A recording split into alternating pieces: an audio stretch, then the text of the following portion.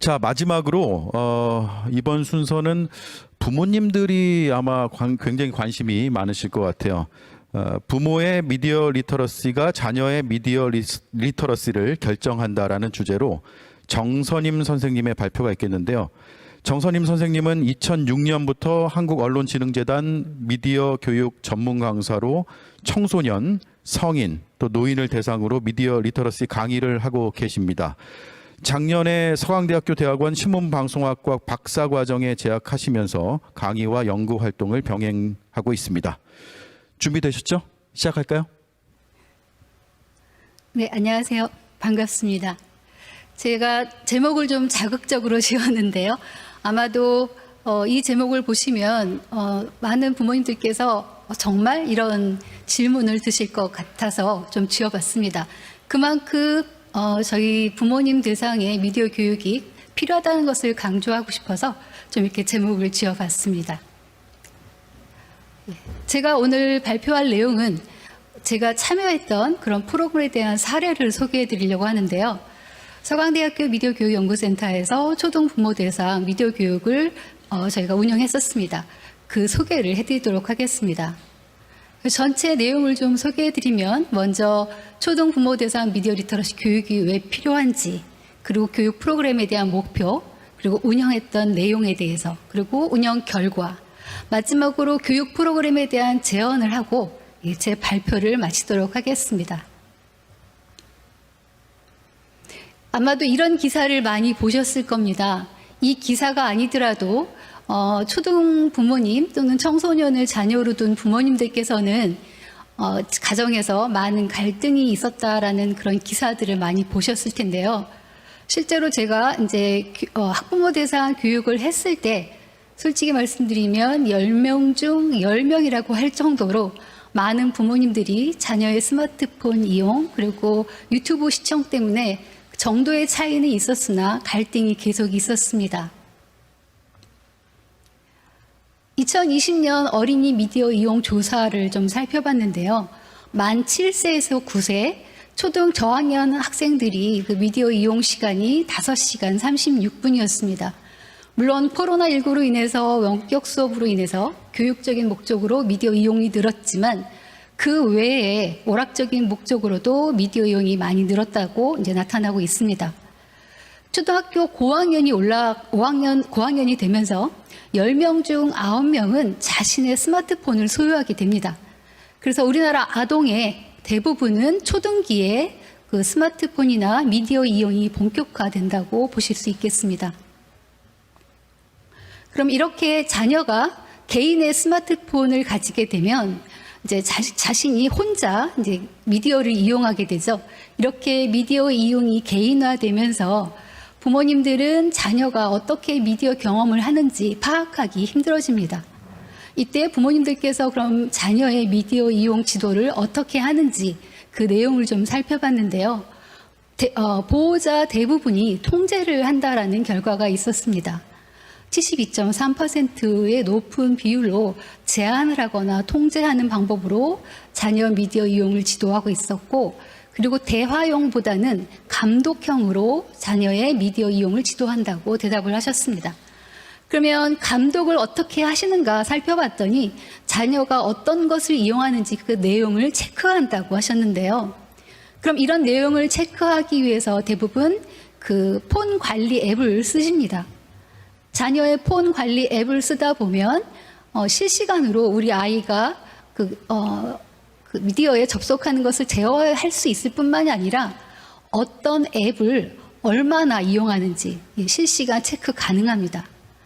부모님들 입장에서는 당연히 우리 아이들 미디어 경험이 파악되지 않기 때문에 스마트폰 과의존하는 그런 것을 제한하고, 그리고 유해한 컨텐츠에 접속하는 것을 좀 보호하고자 그런 목적으로 이런 미디어 중재를 하시는데요.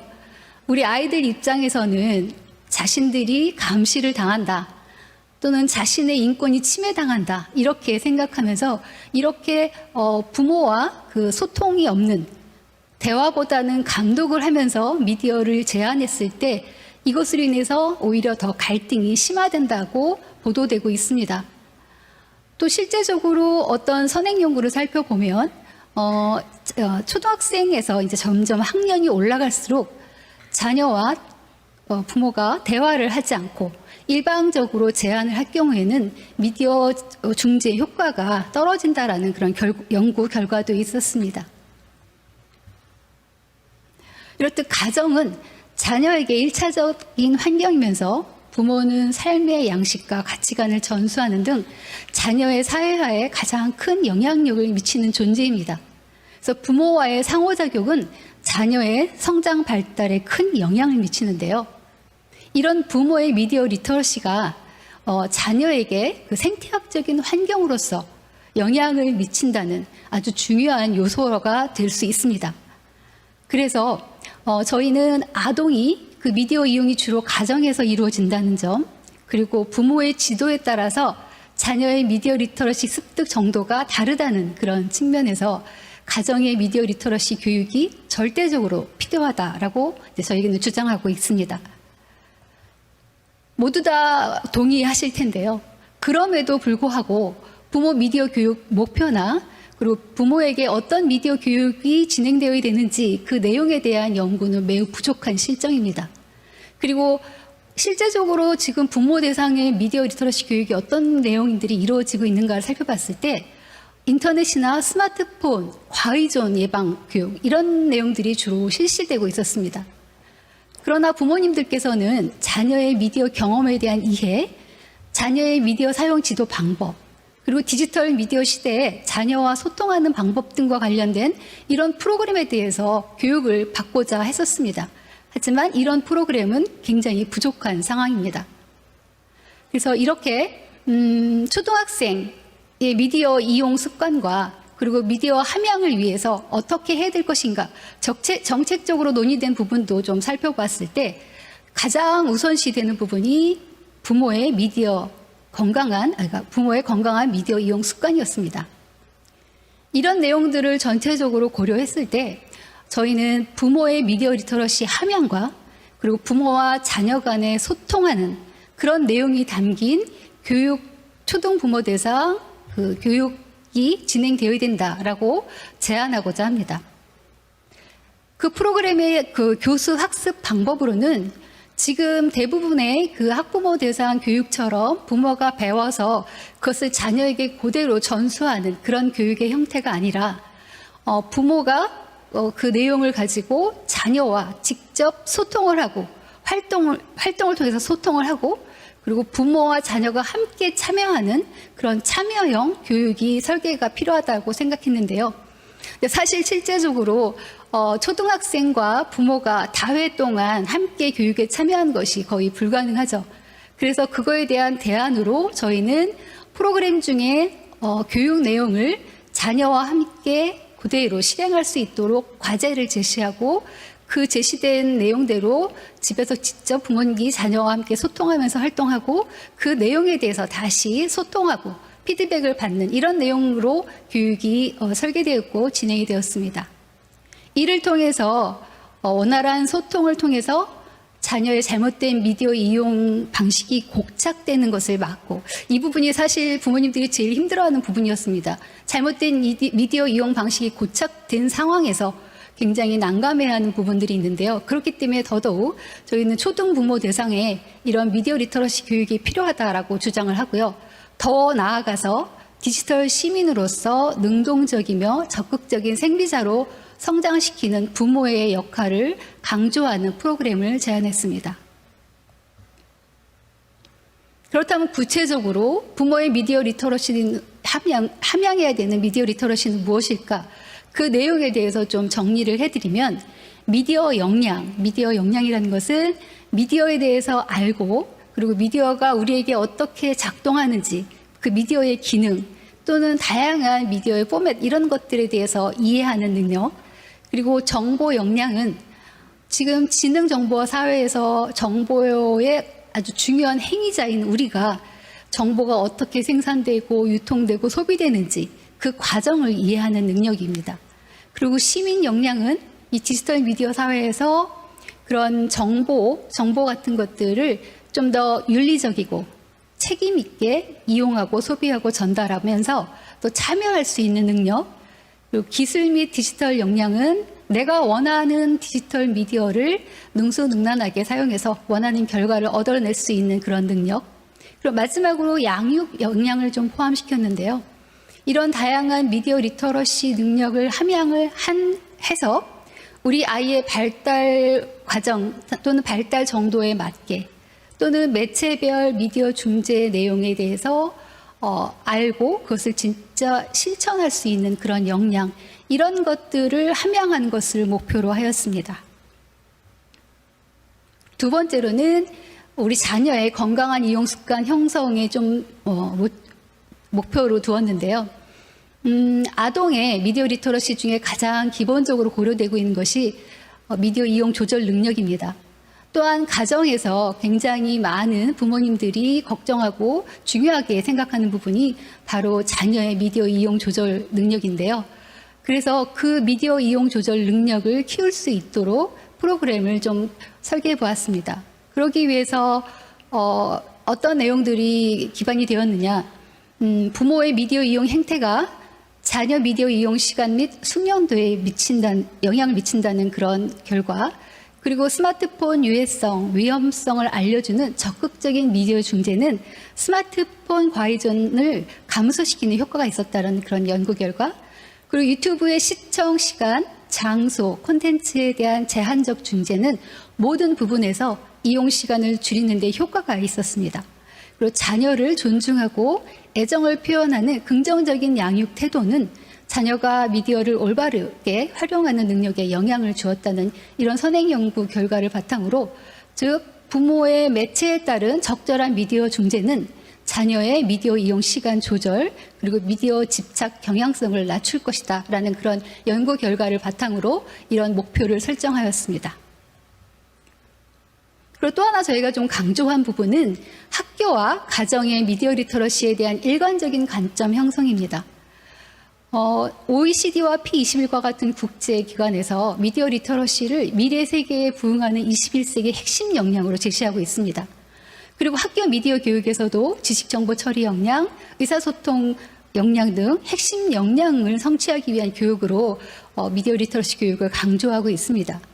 그에 반해서 우리 가정에서는 미디어 리터러시의 가장 중요한 요소이기도 한 미디어 접근, 이용 또는 참여, 이런 내용들에 대해서 굉장히 부정적이면서 마땅치 않아 하시는 그런 관점들을 형성하고 계십니다. 이런 부모님들, 그리고 또 하나 미디어에 대해서 굉장히 긍정적인 것보다 부정적인 내용을 강조하는 그런 방법으로 미디어를 지도하고 계신데요. 이러한 부모님의 부정적인 관점은 자녀의 미디어에 대한 올바른 이해, 그리고 미디어를 효율적으로 활용하는 도구로서 이용하는 것에 대한 혼란을 줄 뿐만이 아니라 이 관점이 다른 것으로 인해서 자녀와 갈등과 대립의 시발점이 되고 있습니다. 그래서 저희는 이 미디어 교육을 통해서 미디어 리터러시에 대한 바른 이해, 그리고 정확하게 이 미디어 리터러시가 왜 필요한지 필요성을 인식하여서 스마트 미디어에 대한 좀 관점의 변화를 유도해야 되는 것이 필요하다. 그렇게 해서 관점 형성을 좀 강조하였습니다. 저희가 프로그램을 구체적으로 설계를 할 때 초등학생들의 미디어 경험을 고려하면 다양한 채널에 대해서 미디어 교육이 이루어야 되지만 학교 미디어 교육 같은 경우에는 전반적으로 이루어지지 못한다는 점과, 그리고 실제 부모님들께서는 우리 자녀들이 가장 많은 시간을 소비하며 즐기는 유튜브, 게임에 대해서 그 미디어 중재 방법을 알고자 한다는 점, 그리고 뉴스 리터러시는 민주 시민으로서 기초 소양이라는 점을 고려해서 뉴스, SNS, 유튜브를 포함한 SNS, 게임에 대해서 프로그램을 설계하였습니다. 서강대학교 미디어교육연구센터는 한국언론진흥재단의 대학 지역사회 연계 미디어 리터러시 프로그램 지원 사업에 이러한 초등부모 대상 미디어 리터러시 교육 프로그램을 제안했고 선정되었습니다. 저희는 2020년 뉴스 1인 미디어 따라잡기로 한번 프로그램을 운영한 바 있는데요. 그 교육 내용을 포함하여 결과를 포함하여서 2021년에는 뉴스, SNS, 게임으로 자녀와 소통하기라는 프로그램을 설계했고 8회로 운영을 하였습니다. 교육 대상은 당연히 초등 부모셨고요. 그리고 총 31명의 참여자들이 모집되었습니다. 교육은 주 2회 총 8회가 실시돼서 한 달 동안 진행되었고 줌을 활용한 비대면 수업이 진행되었습니다. 저희 교육을 이수 기준을 충족한 22분이 수료증을 받으셨습니다. 저희 교육 내용을 이렇게 전반적으로 좀 살펴보시면 이 교육 내용과 활동으로 구분되는데요. 아까 말씀드린 대로 저희가 초등 그 학생이 같이 참여할 수 있는 방법에 대해서 과제 제시를 했던 것처럼 말씀드렸던 것처럼 교육 내용과 그리고 가정에서 이루어졌던 그 과제를 이제 전반적으로 좀 보여드리고요. 구체적으로 좀 소개해드리도록 하겠습니다. 1회는 미디어 리터러시와 부모, 자녀, 상호작용에 관련된 주제로 교육이 이루어졌습니다. 교육 내용으로는 미디어 리터러시의 개념, 미디어 리터러시의 구성 요소, 미디어 리터러시 교육의 필요성, 그리고 미디어 중재 방법 등 교육 내용이 진행이 되었고요. 그리고 부모님들께서는 그동안 내가 어떤 유형으로 미디어를 중재하였는지 나의 미디어 유형 중재를 좀 되돌아보는 그런 시간을 가졌습니다. 그리고 2회, 3회는 뉴스에 관한 내용이었는데요. 디지털 뉴스 생태계에 대한 이해, 책임 있는 뉴스 소비, 생산, 참여를 위한 역할, 이 주제로 교육이 진행됐습니다. 디지털 뉴스 생태계, 뉴스에 힘입치는 요소들, 좋은 기사의 조건, 자녀를 위한 좋은 기사를 찾는 기준, 기사 분석 방법 등의 교육이 이루어졌고요. 그리고 과제로는 본인이 직접 기사를 한번 써보면서 뉴스를 생산해보고 그리고 자녀와 각각 좋은 기사를 선정하고 그 내용을 왜 이 기사가 좋다고 생각했는지 그 기준에 대해서 함께 공유해 보면서 아이와 대화를 나누도록 과제가 제시됐었습니다. 그리고 4회, 5회는 SNS에 대해서 진행이 됐는데요. SNS를 부모, 자녀 소통의 도구로 활용하기, SNS에서 부모, 자녀의 안전한 의사소통 방법, 이 주제로 교육이 진행됐습니다. SNS 특성, 긍정적, 부정적 영향 탐색하기, 청소년의 미디어 스마트폰 이용 습관 알기, 그래서 우리 자녀가 어떤 SNS 경험을 하고 있는지 그것에 대해서 이해를 돕기 위한 내용이었고요. 그리고 개인정보, 스마트폰 올바른 사용법 등이 교육됐습니다. 그리고 과제로 제시된 것은 각자 자기 스마트폰에다가 미디어 이용 패턴 앱을 설치해서 내가 그동안 어떻게 하루 동안 어떻게 이 SNS 미디어를 이용하는지 다이어리를 작성해 보도록 했습니다. 그리고 가능하면 가족 모두가 작성을 해서 그 내용을 가지고 가족끼리 소통하는 그런 과제를 제시했습니다. 그리고 6회, 7회는 게임에 대한 내용이었는데요. 우리 아이와 게임 바르게 이해하기, 게임에 대해 소통하기입니다. 구체적인 내용으로는 놀이의 하나로서 게임에 대한 이해, 아이들이 게임에만 빠질 수밖에 없는 환경적, 현실적 요인, 그리고 자녀가 즐기는 게임의 종류와 게임 방법, 게임하는 아이를 대하는 학부모의 태도와 소통 방법에 대해서 교육이 이루어졌습니다. 그리고 역시 과제로는 게임으로 자녀와 소통하기 위한 질문을 만들어보고 자녀와 직접 게임을 해보는 등의 과제가 제시됐습니다. 8회는 자녀와 소통하였던 사례를 함께 공유하는 시간을 가졌는데요. 물론 매 차시마다 그 교육을 진행하셨던 강사분과 다른 학습자들과 함께 그 과제 내용을 함께 공유하는 시간, 그리고 피드백을 갖는 시간을 가졌지만 쭉 진행되는 동안 이 교육의 효과 또는 발전했었던 내용들, 직접 실천했을 때 어땠는지 그 내용들을 구체적으로 나누는 시간을 가졌습니다. 그리고 마지막으로 제2의 참여자, 자녀죠. 그래서 자녀의 이름까지 수료증에 넣어서 배부를 하였습니다. 교육 내용에 대한 만족도는 교육 내용과 미디어 리터러시 향상에 굉장히 도움이 되었다는 아주 높은 비율의 만족도를 보였고요.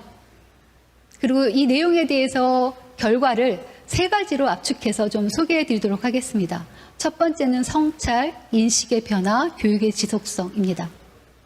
먼저 성찰에 대해서 좀 소개해 드리면 정확한 수치를 시각적으로 확인하면서 미디어 사용 시간이 평소 생각보다 많다는 것에 놀랐다. 내가 왜 이렇게 많은 시간을 사용했는지 되돌아보는 계기가 됐다. 자녀의 양육에서 미디어를 이용한 것과 관련된 부분에서 소통이 핵심이라는 것을 다시금 깨달았다라고 말씀을 주셨습니다. 즉, 부모는 이 미디어 교육을 통해서 자신의 생활을 성찰하였으며 자녀의 미디어 경험을 이해하고 자녀와의 긍정적인 상호작용을 증가시켰습니다.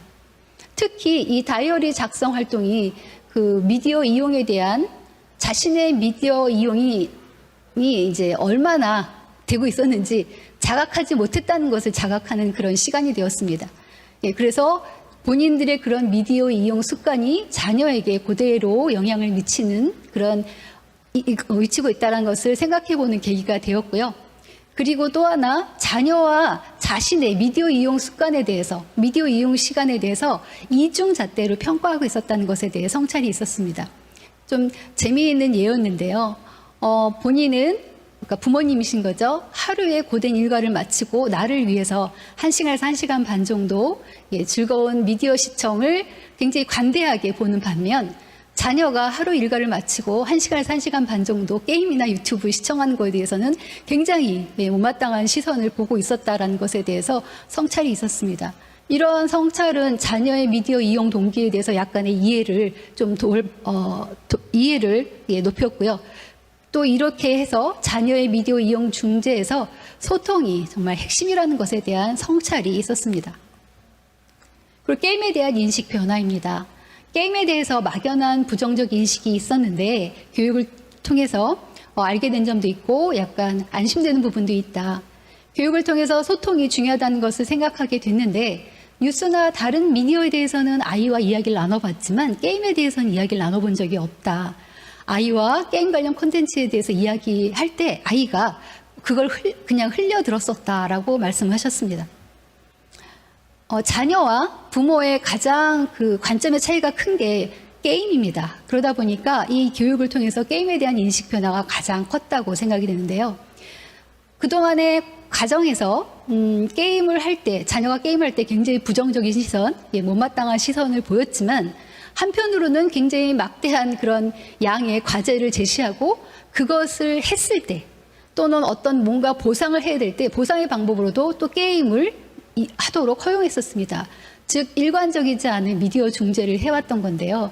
이런 자신들의 잘못된 미디어 중재에 대해서 깨달음이 있었고요. 그리고 자녀의 게임에 대해서 막연한 불안감과 근거 없는 부정적인 시선이 있었음을 인정했습니다.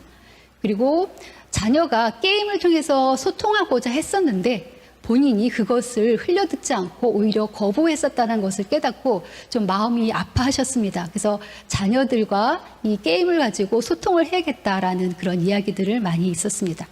즉 게임에 대한 인식의 변화는 자녀와의 소통을 이끌었습니다. 그리고 마지막으로는 교육의 지속성인데요.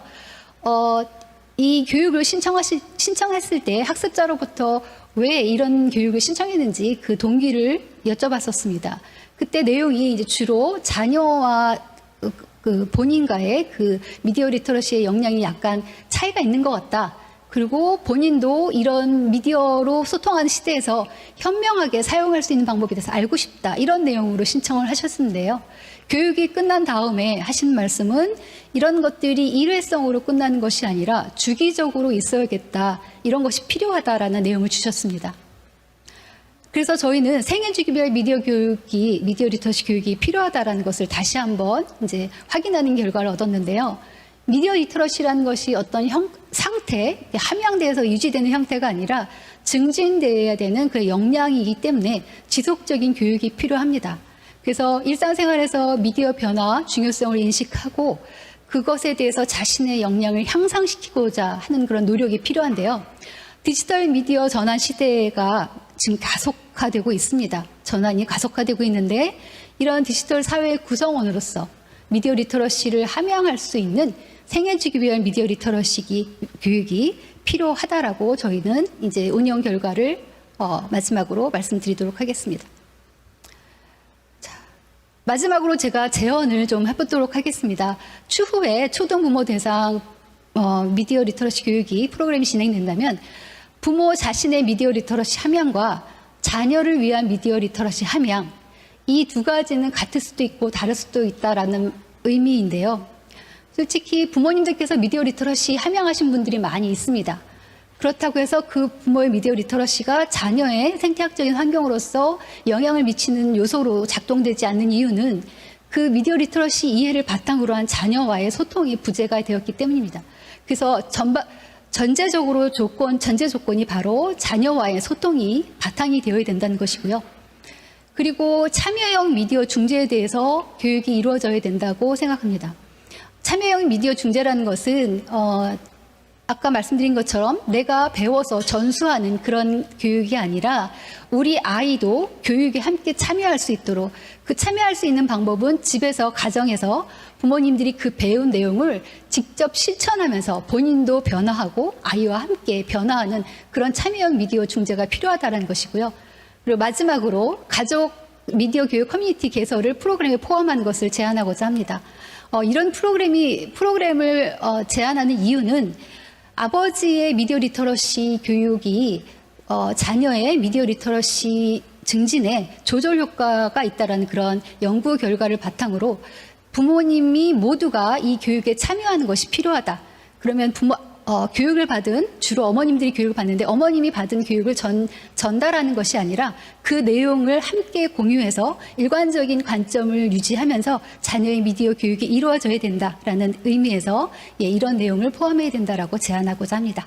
네, 이상으로 발표를 마치도록 하겠습니다.